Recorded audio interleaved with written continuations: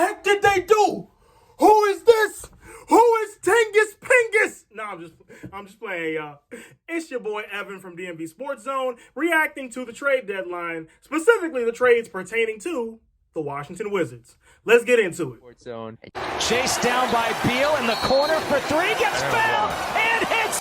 Welcome to DC. Well, they tied him out. You know where you're at, the USA cap. You're taking it slightly, I'm taking it slightly. Now how you gon' act on you gon' be right back. Well, we gon' be right here, we gon' be right here. We ain't going nowhere. Welcome to DC.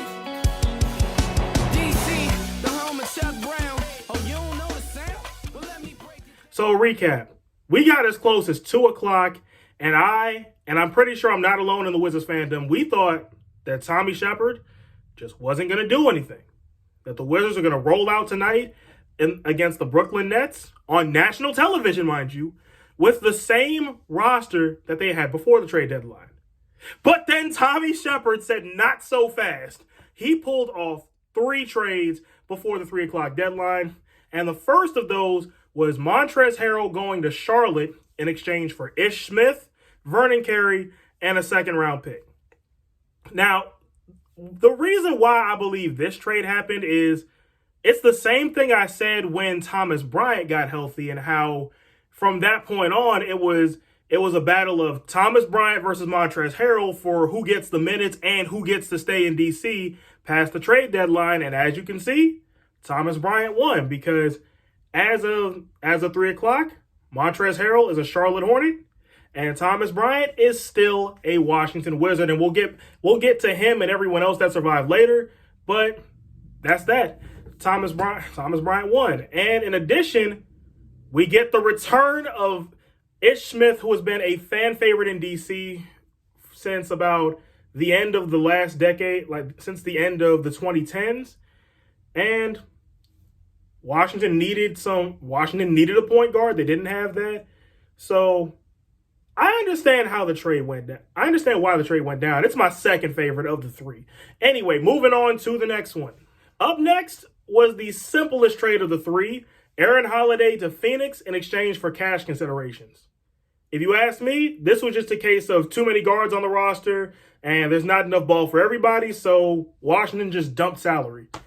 Not much more needs to be explained here, so now we're just going to move on to the next one. And the third and final trade, the biggest trade of the day, the trade that sent ripples throughout the NBA world, or not nearly as many rumors as some other trades, but it was the Wizards' biggest trade by far. Spencer Dinwiddie and Davis Bertans to Dallas in exchange for Kristaps Porzingis and a second-round pick.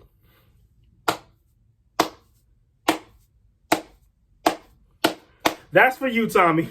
That's for you, Tommy. That has been Tommy Shepard's whole time as the Wizards general manager. Every time we think this man just isn't going to do anything, every time we start to doubt this man's abilities, he does stuff like this. Like this was just amazing. You get rid of not one bad contract, but 2. And even a contract in Davis Bertans that I honestly thought wasn't movable. I thought the Davis Bertans contract was too big to possibly be moved. And not only did Tommy Shepard move that contract, he packaged it with Spencer Dinwiddie, who also wasn't working out here. Just wow. And in return, you get Kristaps Porzingis, which again raises the question of, will Daniel Gafford get minutes? Because once again, you got 3 bigs playing. You got 3 people playing a 5 in DC with Daniel Gafford and Thomas Bryant, albeit he is on an expiring deal, and now Kristaps Porzingis. So it'll be interesting to see how Wes Unseld handles that going forward. But man, you get rid of Spencer Dinwiddie, you get rid of Davis Bertans in the same deal. And you actually get something good in return, man. So I'm thinking, in 2022, the Caps beat the Stars. The Wizards fleeced the Mavericks. This whole beating Dallas thing is kind of catching on around here, don't you think? And now we get around to who survived the trade deadline and why. So first and foremost, we got to point out the elephant in the room. Bradley Beal is still a Washington Wizard. And I feel like there's two schools of thought here. Number one, that Brad is injured, not only injured, but he's going to miss the rest of the season. So that makes him pretty much unmovable, because if you're another team and you're looking for a guard to boost your team and so you can make a deep playoff run, why would you go after somebody who's not going to be available in the regular season and might not be available in the playoffs? It just wouldn't make sense. So that's school of thought number one. School of thought number two is maybe the Wizards weren't even thinking about trading Brad anyway. It's really that simple. So that's why Bradley Beal survived, or at least why I believe he survived. Next on the starting roster, you have Kentavious Caldwell-Pope. Now, my running theory with KCP, maybe this gets confirmed in the next couple days or hours. Maybe it gets straight up debunked. But my theory with Kentavious Caldwell-Pope is that Tommy Shepard was shipping him, but just couldn't find a good enough package to pull the trigger. Because you got to remember, folks, this isn't 2K. This is not 2K. Just wanting him out of DC isn't good enough to put Kentavious Caldwell-Pope or any player on a different team. How he fits and how he would have fit on another team, that comes second. What really matters most of all is how does that contract work? And maybe that's where it fell through. So Kentavious Caldwell-Pope survives. Next on the starters that survived, the man who's come to DC in the Russell Westbrook mega deal and just taken the city by storm, our boy Kyle Kuzma. Now, Kyle Kuzma, I feel like he is the only one, well, minus the now injured Bradley Beal. I feel like Kyle Kuzma was the only one who the Wizards were not dealing. I don't think they were ever dealing Kyle Kuzma because, again, two schools of thought here. Number one, Tommy Shepard and the Wizards made it clear at every step of the way that they're still trying to make the playoffs. And if you're still trying to, and we can talk about the Wizards situation and whether or not that's a good idea some other time. But the point I'm trying to make here is if you're trying to make the playoffs, why would you just trade away arguably your best player on the roster? Unless you're getting a whole horde of stuff back, which I guarantee you nobody was going to offer for Kyle Kuzma. So there's that's school of thought number one. And then school of thought number two, as for why the Wizards didn't trade Kyle Kuzma, is because he might be the next building block. He might be the next building block going forward. Because if you think about it, the plus side that the Wizards have, that a roster like the Wizards have for the next 2 or 3 years, and it's only more advantageous now after the deadline, is this team is still young. Because Bradley Beal is one of the oldest players on the roster. He's 29.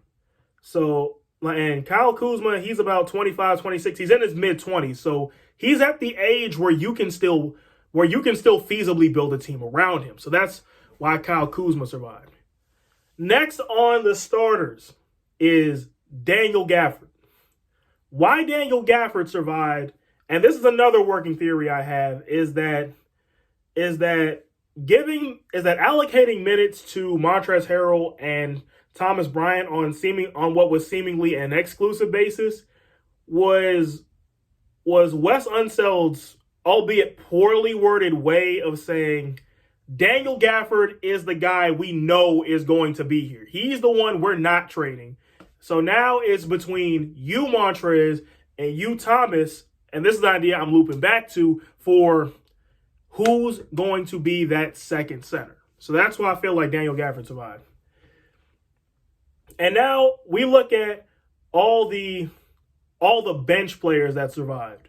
Rui Hachimura, Danny Avdia, and Corey Kispert. I'm tying all three of these guys together because I really feel like a combination of them were in that offer that Washington sent to Indiana for Domantas Sabonis, which ultimately got rejected.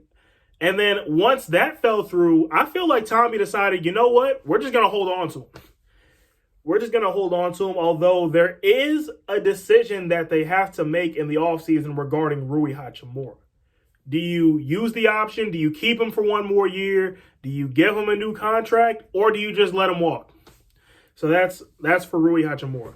And then for the other bench players that survived, you'll notice that Raul Neto is still here. Now, Neto, I feel like, falls in the same boat as KCP in the sense that I feel like his name was in trade talks, but again, no deal was good enough to get Tommy to pull the trigger. Because remember, this is a business, y'all. This is a business. This ain't 2K. So that's just about all the notable players that survived the trade deadline. But tonight, against the Brooklyn Nets, we begin a new era of Wizards basketball. Or in other words, a new chapter of what exactly is this. But hey, there's two thoughts of comfort I have to share with you guys. Number one, the team the Wizards are playing right now, the Brooklyn Nets, they aren't exactly in too much of a better spot right now. Yes, I know they pulled off that blockbuster trade, but that doesn't change the fact that A, none of those players will be playing in this game, and B, they've lost 9 in a row. They've lost 9 in a row, and the Wizards have never had a streak that long this season, so it could be worse. That's number one. And number two, at least we're not the Lakers. Until next time, I'm Evan from DMV Sports Zone, signing off.